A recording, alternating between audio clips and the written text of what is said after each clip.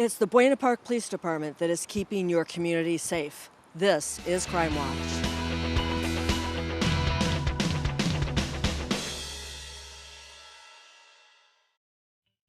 Hello and welcome to Crime Watch. I'm Jane Cameron with Sergeant Mike Levchick of the Buena Park Police Department. The flags are at half-mast today for a very special reason. Right, exactly. Today we're filming, and it is 9/11. So it is obviously 18 years later since the attacks on the World Trade Center and on the East Coast. And every year we always lower the flags to half-mast in honor of those who died in those attacks, and all those people who were able to help out and with the tragedies and all that stuff. So we're here to honor them.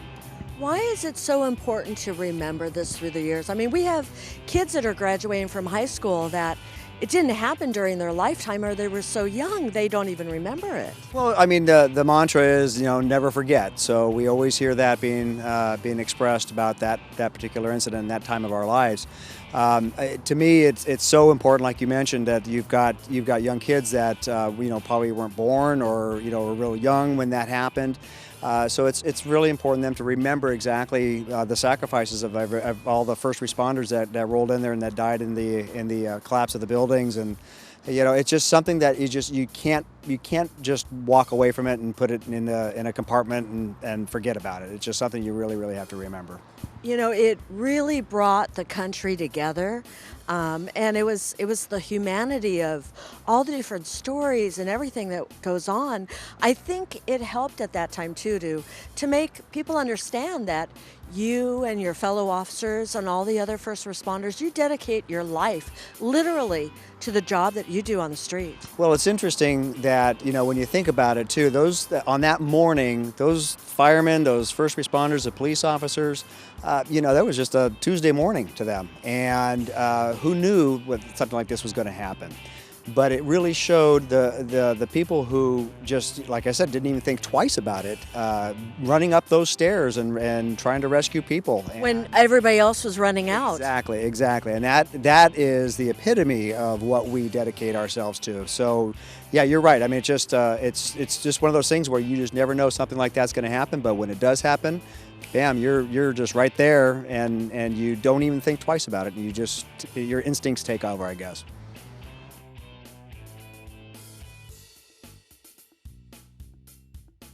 I find it interesting that there are so many different ways that the police department can get information to follow up on a crime. Right, exactly. Matter of fact, today, in this very parking lot that we're in right here, right now, it was actually not a follow-up, it was actually a crime in progress. And this is one of the few public parking lots that we have in our city, but they are monitored with cameras, as Kevin probably showed there on his clip there as he was just panning over to us.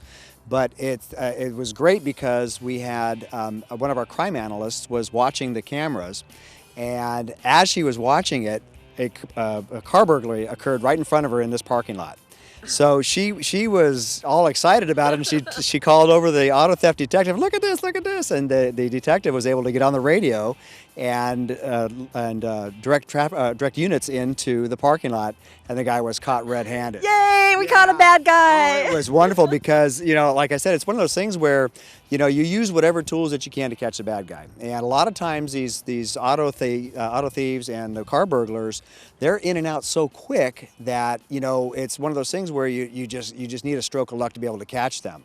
And so it was obviously a stroke of luck on that part, but it was just such poetic justice, because here's this guy breaking in the car, and we're able to see it happening as we speak, and we're able to guide units in and take the guy into custody. What was he doing?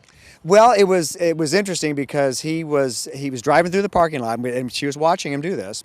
And he was kind of doing the look around, let's say, is anybody watching me? And then he circled around a couple of cars. Well, the cars. He was in a car? He was in a car, yeah. And the cars that he hit had their windows down.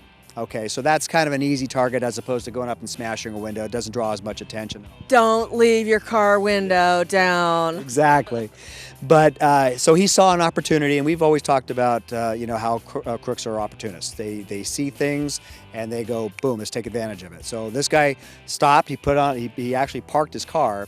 Like I said, looked around, but then he put on gloves too, so we knew what he was doing. So he was in the car probably no more than 10 seconds or so, and she comes out and jumps back in the car and takes off again. And that's when the officers were coming in, and they were able to take him into custody. You know, I've had people say, oh, there's nothing in my car. But you know what? They rip the radio out, they take the seats, they'll do anything, or just plain old damage. Well, I wish I had a dime for every time I've heard, I was only gone for 10 seconds, 20 seconds, a minute, 2 minutes. And that's what happens when you present an opportunity like that to a crook, because they will take advantage of it. And that's why we always stress, don't leave the valuables in the car. Don't leave, if you have to leave something in the car, put it in the trunk or hide it underneath the seat. Lock your car, turn the alarms on, do all that stuff, because that is obviously a great preventative to crime occurring. Well, and one thing you had said before during holiday shopping, if you go shop and you have bags and you want to put them in your car, put them in your car, drive your car to another location. Matter of fact, I'm sure we'll be doing a holiday show here fairly quickly when you think about it. But yeah, you're That's right. shopping anytime, really. Exactly. If you are planning on putting bags in your car, obviously holiday times are going to be a little bit more busier than that. But even like you said, even if you're just doing that and you want to go to another store, put your bags in the trunk, drive out, park someplace around the building, or around the other side of the mall or whatever you're at. And that way, if there's an opportunist crook looking at you going, ooh, look at that, she's putting something in the back of her car there, then that, like you said, you probably just foiled a crime. Who needs a bad day, right? Exactly.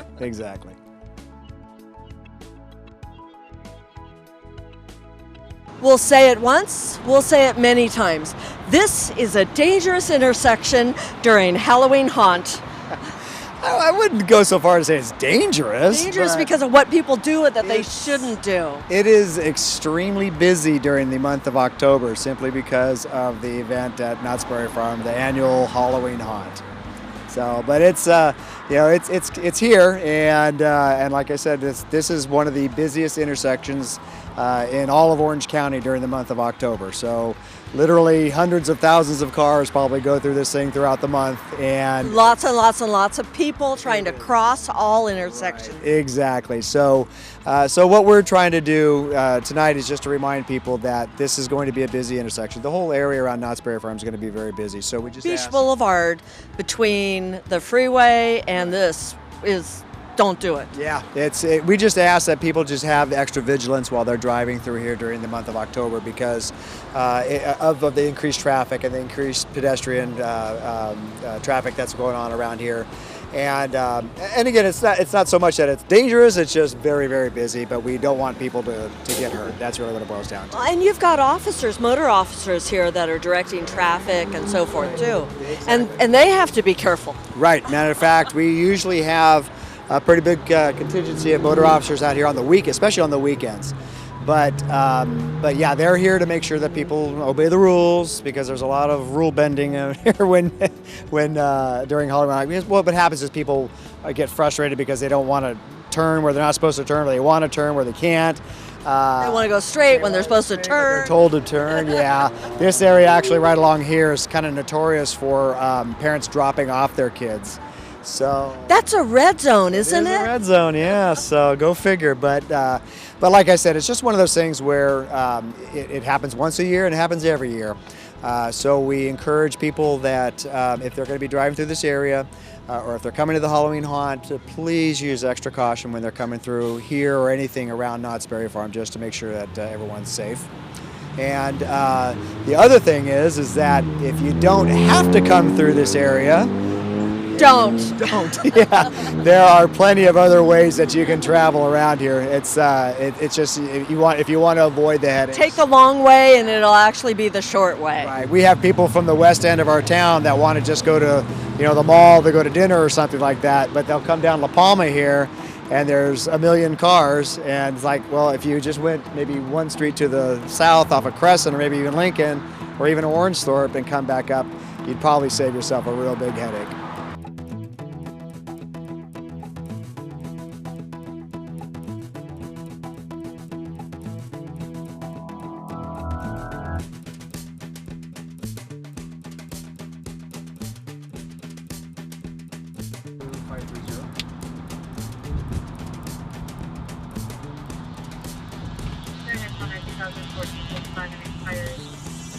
Expires January.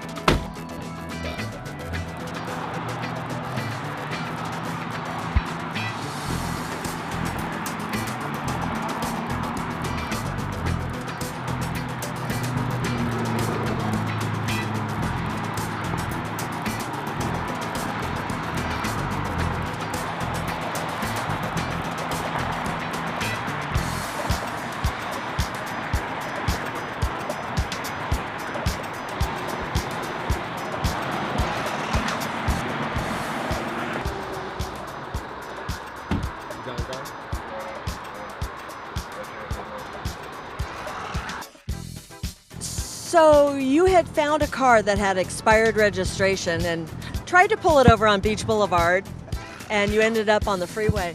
What I thought was good was that you went on to the passenger side of the car so that your butt wasn't sticking out into traffic. Very true. I don't like making stops on the freeway just because of the fact that it is so dangerous up here. My hat's off to the CHP officers. I don't know how they do it, but anyway, yeah, it's just so, it's very loud, it's very dangerous.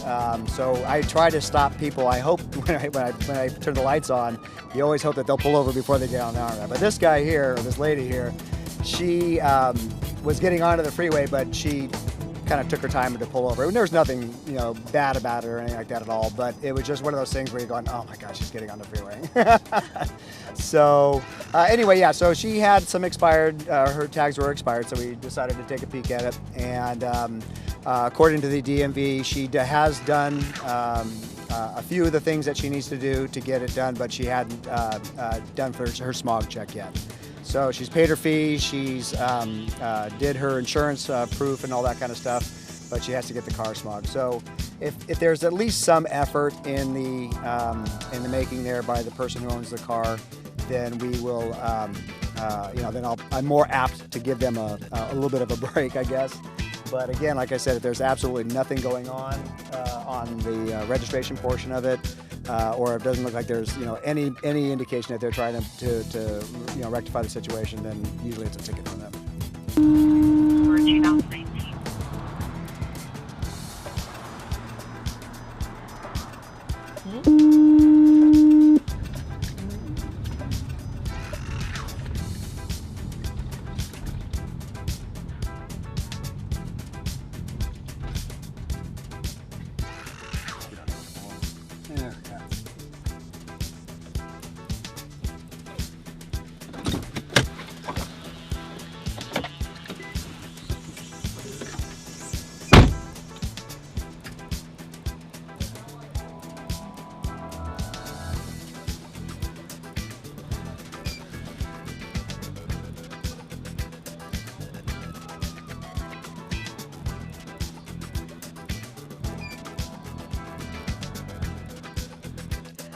There's got to be a story with this one. well, I mean, as you can see on the license plate there, the tag shows November of 2018. So that caught my eye, first of all, just because of the fact that It was orange. orange, yeah, because usually we're looking for blue tags when we make traffic stops for expired tags. But I walked up on the car and he's kind of nervous and all that stuff. But he says, I says, you know why I stopped you? And he says, yeah, because I don't have my current registration tag on the car. And I says, very good, okay. I says, how did you know that? He says, because I have my ticket that I got last week from LA County Sheriff's. Actually, he got it at the beginning of August. So it was just one of those things where you go, okay, Christian.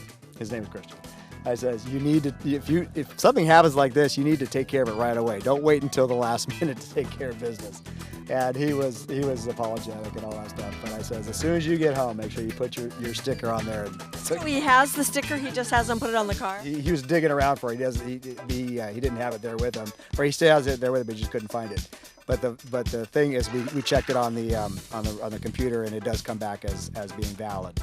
Which raised your curiosity, because what dispatch is telling you and what you see are two different things. Exactly, yeah. So that's one reason why I ran the plate before I made the car stop, because I wanted to confirm, see what was going on with it. Because if it's expired that long, then there's obviously some other issues going on too.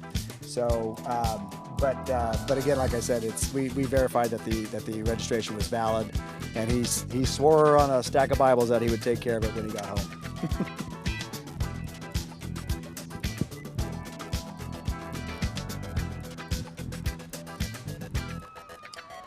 So what are we on right now? This is we call this a citizen assist call. This lady here, as you can kind of see the officer talking to her, is broken down and waiting for a tow truck. But she's in kind of just a commercial area. Dark area. Dark, yeah, it's not really lit up. A few residents around here, but it's mostly, there's really not a whole lot of stuff going on around here. But anyway, she was just kind of nervous about the area. She's got a couple of small kids, so she called the police and said, hey, can you stand by until my tow truck gets here? So that's what we're here for. So we're leaving, but the officer is staying by. Right, exactly. He explained, Officer Boyd explained to us how they were at a church services here, and their car broke down. But again, like I said, it's one of those. It's a commercial area. It's dark. It's unlit. There was not a whole lot of people around, so they just felt better that if we had somebody waiting with them until their tow truck got here. So again, this type of call is it's a slow night tonight. We kind of saw how things were going here tonight, but it's a lower priority call. We're happy to help. But we got to make sure people realize too that if there was something really big kicking off in the city, we wouldn't be able to probably provide that type of service to them at that particular point. We would get there when we could get there, but by that time the tow truck may have already come and gone, to be quite honest with you. But I think it's important to show that not every police department would necessarily send a unit if it was slow. So it's maybe not unique to Buena Park, but it's certainly a nicety that the department does to serve the community. Right, exactly. And again, it's still, like I said, depends on the activity level that's going on in the city. We have to make sure we prioritize our calls. If there's a high demand call or a high priority call that's an emergency of sorts, then we have to direct the resources over to there. But if we have time and have officers available to come by and sit with you for a little bit, then yeah, we'll be able to help you out. Wendy's on Orange Court. 15 copy at Wendy's on Orange Court.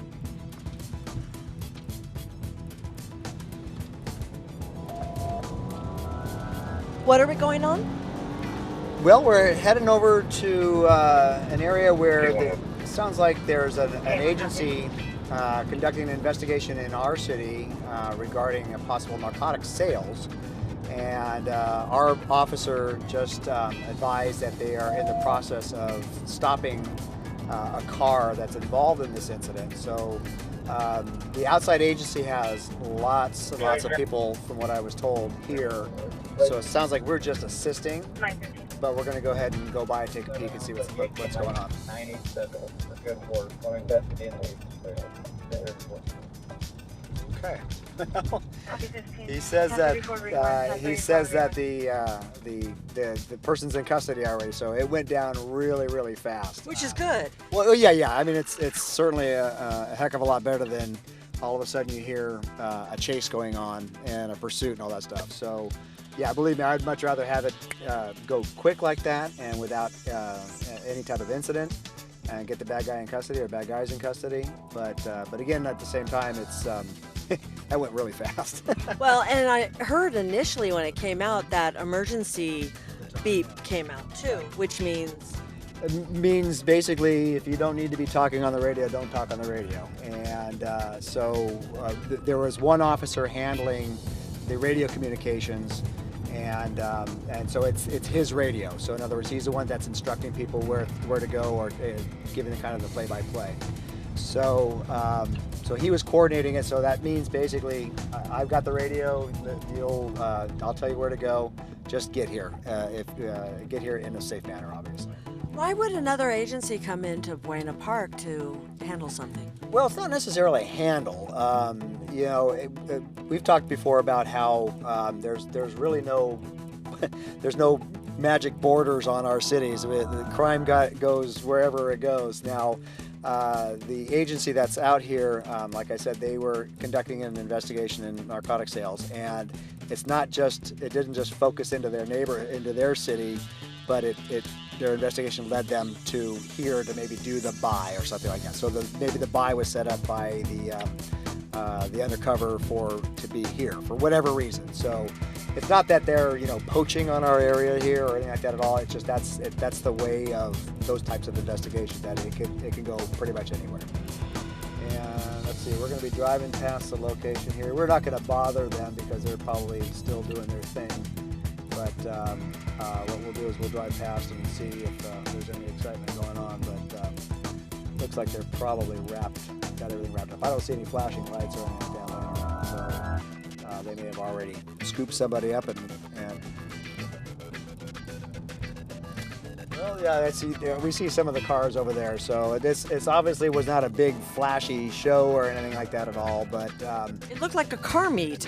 it almost did, yeah. So what I'm thinking is that there's probably a lot of undercover officers in this parking lot right now. And what happened was that they just, now you can kind of see them there a little bit. So let me make a U-turn here and we'll go back and I'll kind of pull over to the side there and we can get a shot from afar.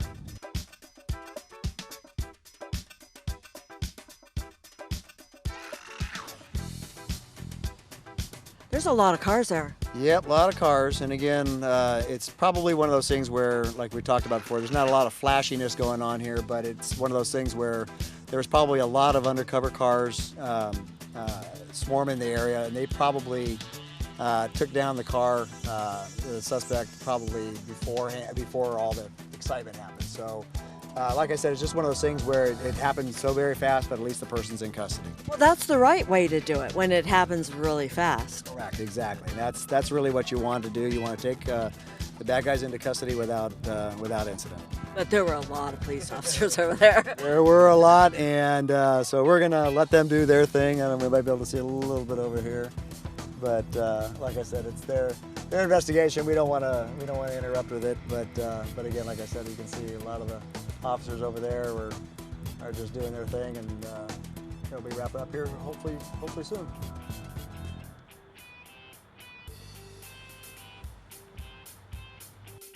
If you have any questions about tonight's show, you can call the Buena Park Police Department at 562-3901. They're also on Facebook, Instagram, Twitter. Facebook is pretty cool because you get to see a lot of the different activities that the department does, both legal or criminal, and just helping the community. Absolutely. Matter of fact, that's how we do all of our media releases now, is all through social media platforms.